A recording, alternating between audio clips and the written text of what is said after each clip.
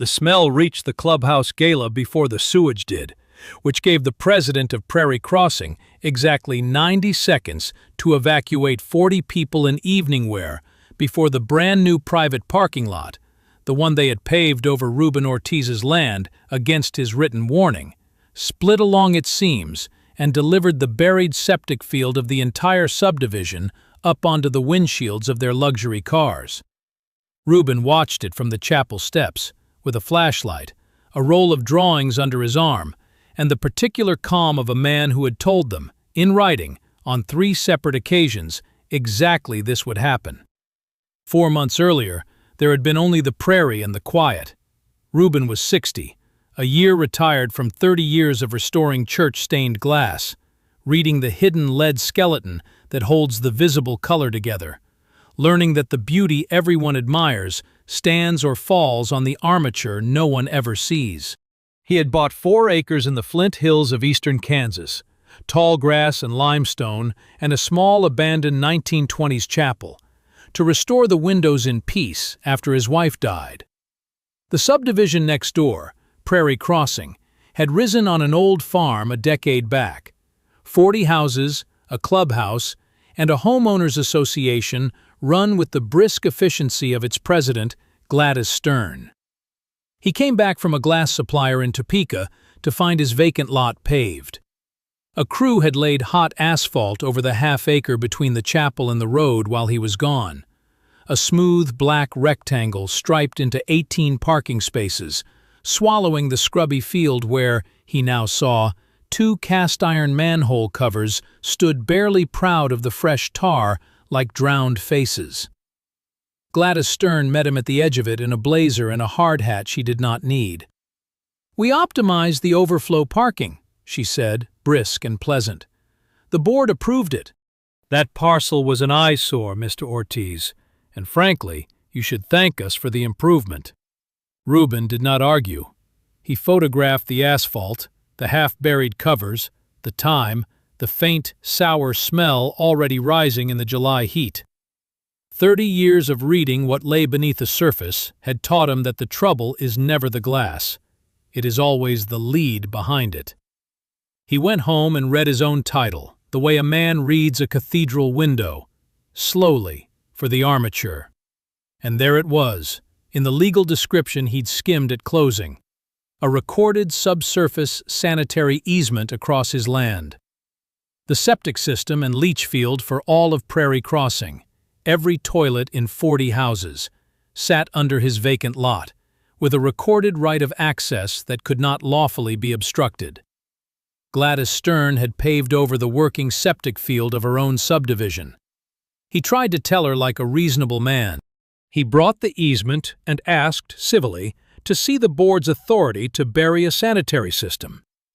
She produced a landscaping plan and a board resolution, and the smile of a woman who had never once been wrong on paper. "The parcel is common managed. The parking is approved. Don't make this difficult." When he mentioned the leach field beneath her asphalt, she said the subdivision was on modern infrastructure, and that his old pipes were not her concern. The county sheriff's deputy told him it was civil. Take it to court. So Ruben went into the chapel, where the previous owner had left a steel cabinet, and found the thing that turned a nuisance into a war.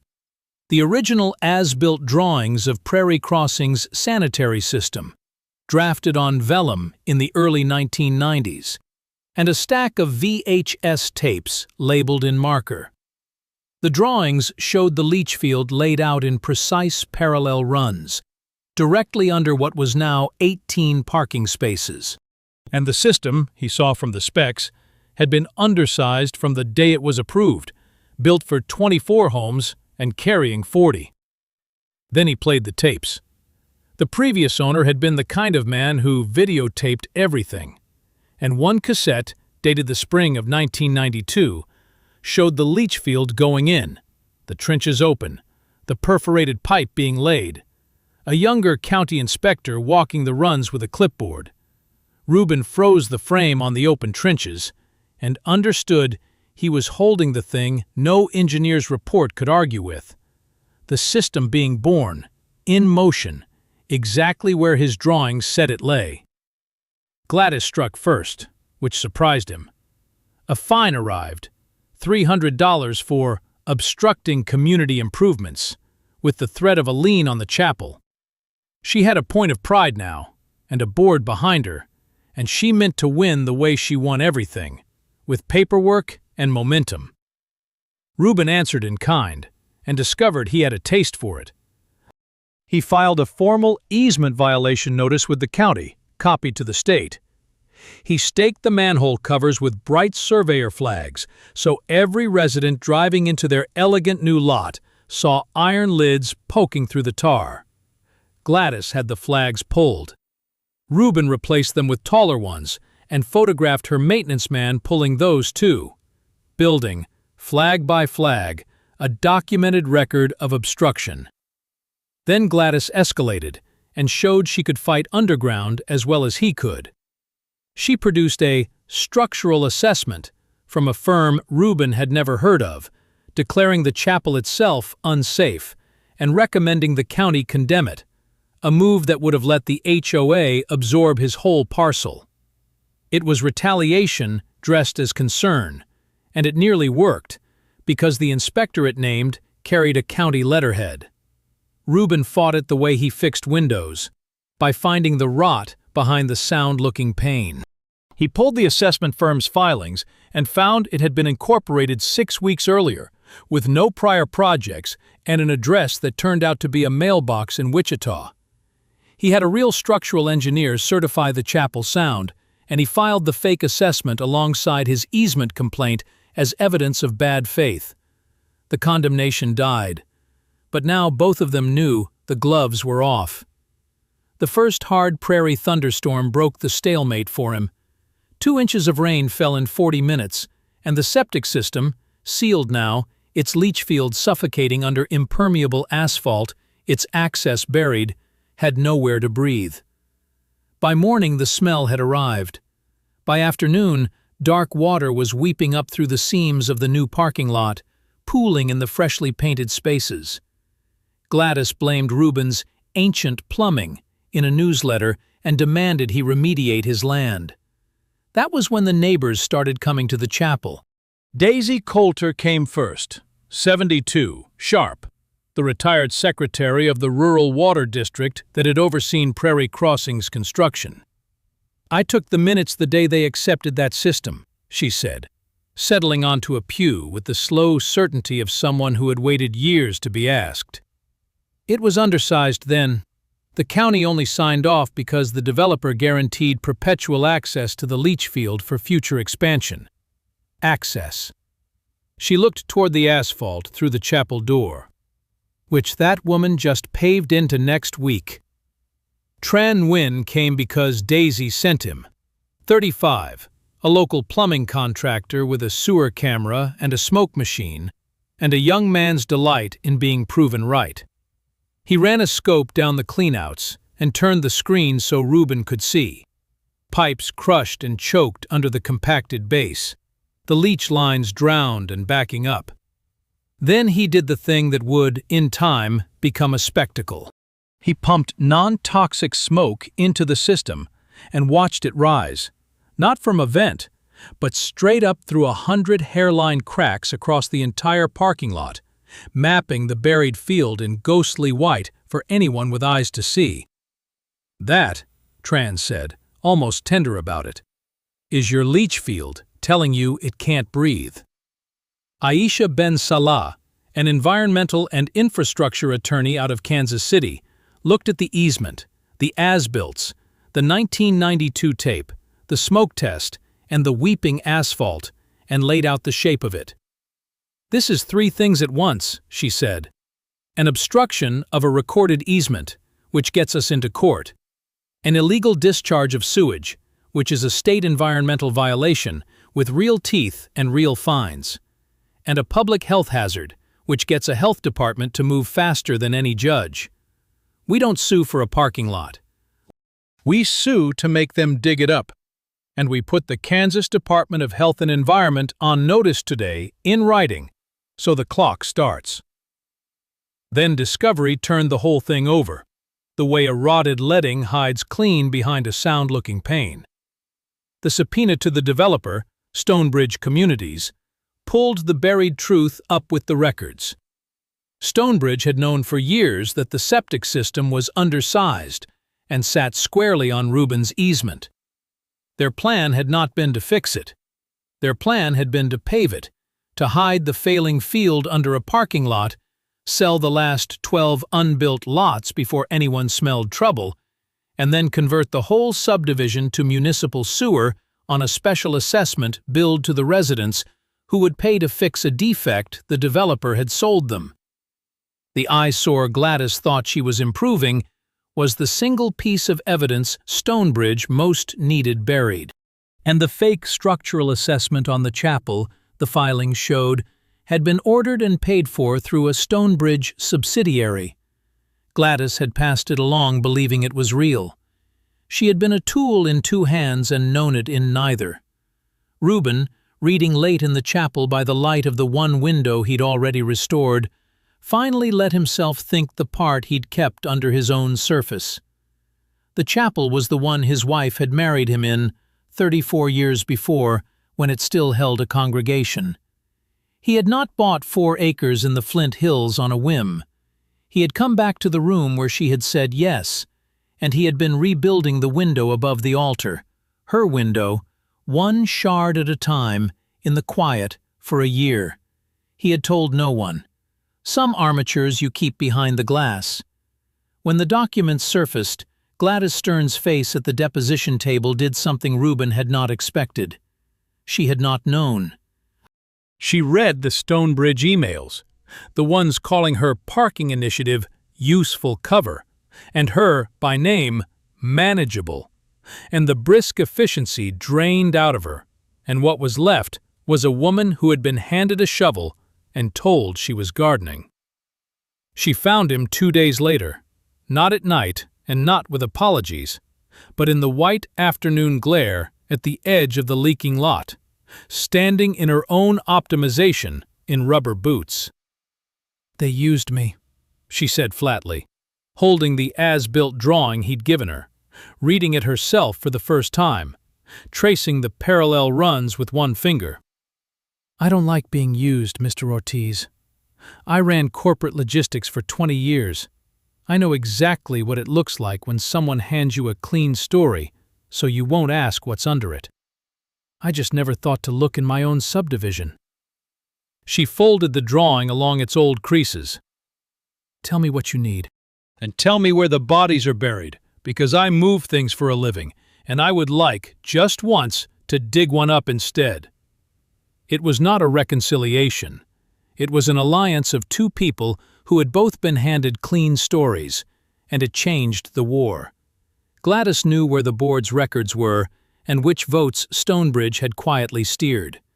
She handed Aisha the minutes that showed the developer's man pushing the paving for aesthetics over a single objecting voice, her own predecessor, who had asked, on the record, what was under the lot, and been voted down and not re-elected. Ruben supplied the physical truth from below. Gladys supplied the paper truth from inside. Together, they were a window and its armature. Stonebridge fought back hard. It moved to have the as-builts declared obsolete. It threatened trans contractors' license for unpermitted testing, until Aisha pointed out the test had been performed at the property owner's request on the owner's own easement. It leaned on Daisy as an unreliable old woman, until Daisy produced the original signed acceptance minutes in her own careful hand. The court granted an inspection, but to Ruben's frustration, declined to order the asphalt opened before a full hearing weeks away, which left the system sealed, the residents' sewage rising, and the August storm season bearing down like a fist. Which was why it ended where it did, not in a courtroom, but at the clubhouse gala. Stonebridge had scheduled the gala deliberately, before the hearing. A catered evening on the new lot to show a busload of prospective buyers the completed community. The asphalt power-washed, the smell smothered under fresh landscaping and citrus oil, 40 cars parked over the drowning field, a banner strung between the light poles reading, "Prairie Crossing, now selling final homes." Gladys, quietly on Ruben's side now, gave him the date and the guest list. Tran read the forecast. And here Ruben made the one choice he weighed carefully, because he wanted no part of causing the thing he was about to witness. He did not need to cause it. The system was already failing on dry days. A storm cell was stacking up over the Flint Hills for that very evening, the kind that drops 2 inches in half an hour, and the sealed field would surge that night whether anyone was watching or not. The only thing Ruben arranged was the watching. He would not touch the system. He would simply make certain that when the ground finally spoke, the right people were standing close enough to hear it. He invited the county health inspector to the gala as his personal guest. He asked Tran to bring his smoke rig and stand ready by the cleanout, not to force anything, but to make visible, the instant it began, what was rising and from where. And he set up on the chapel steps overlooking the lot, a tripod and a camera, the way a man sets up to film a restored window catching its first morning light. The storm hit at 8:40, in the middle of the developer's toast.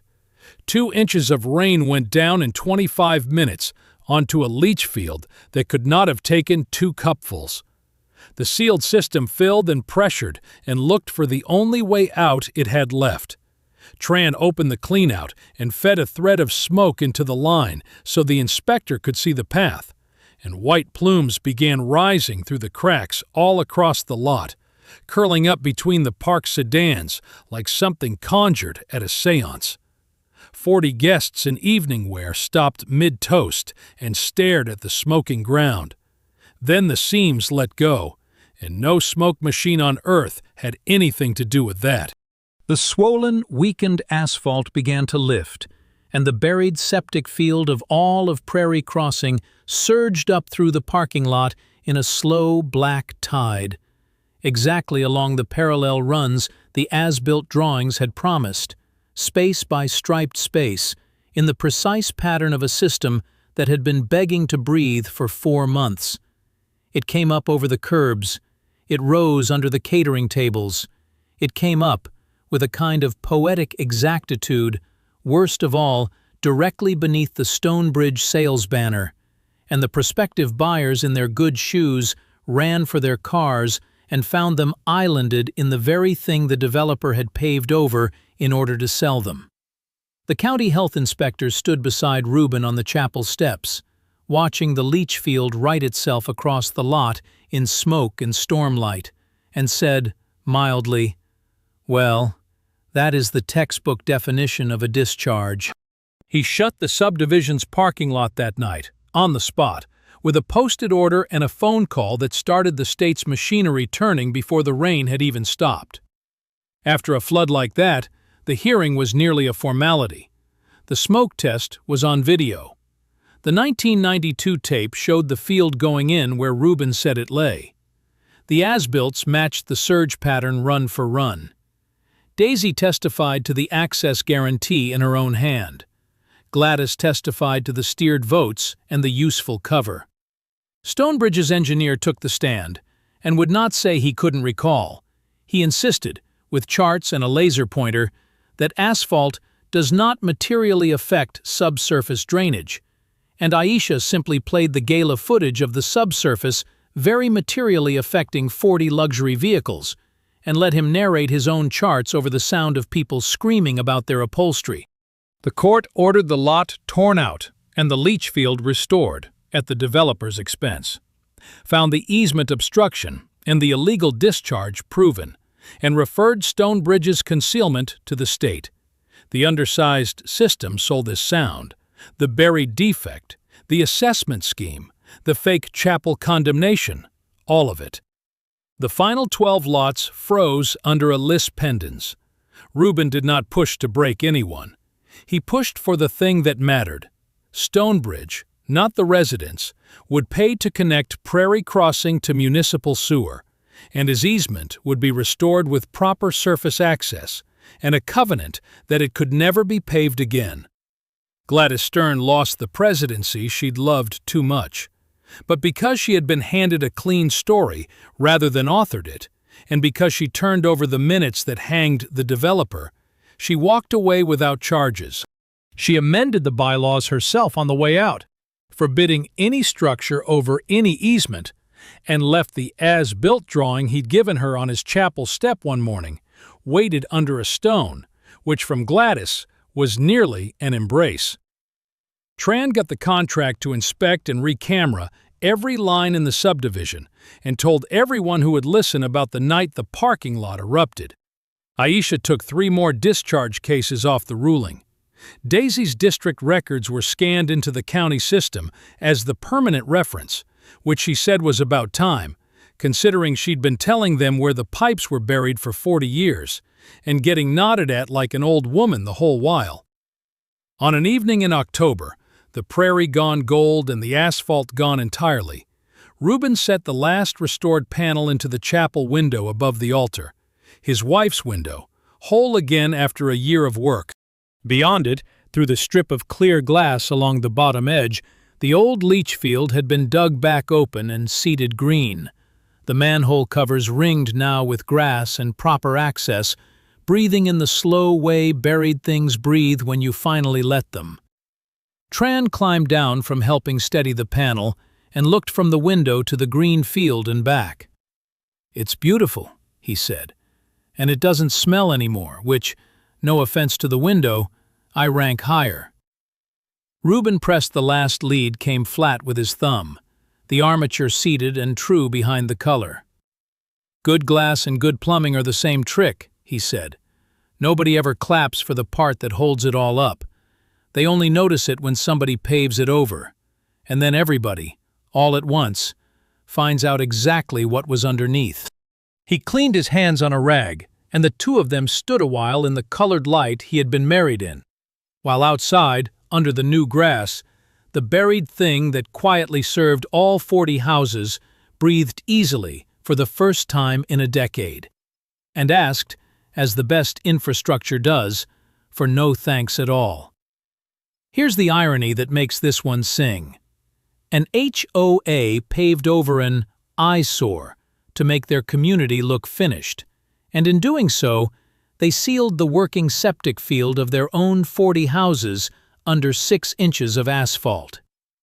They didn't just disrespect Ruben's land, they suffocated the thing that kept their own toilets flushing, and then blamed his old pipes when it came back up through the cracks. You cannot pave over a problem. You can only choose where and how spectacularly it resurfaces. And notice how Ruben actually won, because he barely lifted a finger at the end. A stained glass man spends 30 years learning that the beauty everyone admires stands on a lead armature nobody sees. So when they buried the infrastructure, he read it like a window. The recorded subsurface easement that couldn't legally be obstructed. The as-built drawings. The 1992 tape of the field going in. The smoke test that mapped the buried lines in ghostly white. The law was on his side 3 ways at once: easement obstruction, illegal discharge, public health hazard. But he didn't need a verdict.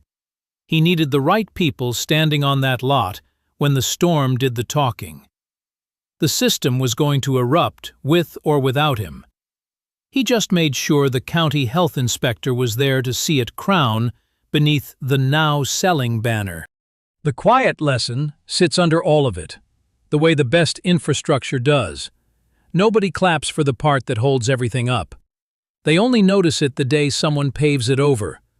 So before you smooth something ugly out of sight, a pipe, a record, an inconvenient neighbor, ask what it was actually carrying. Would you have read your own deed closely enough to know what was under your feet?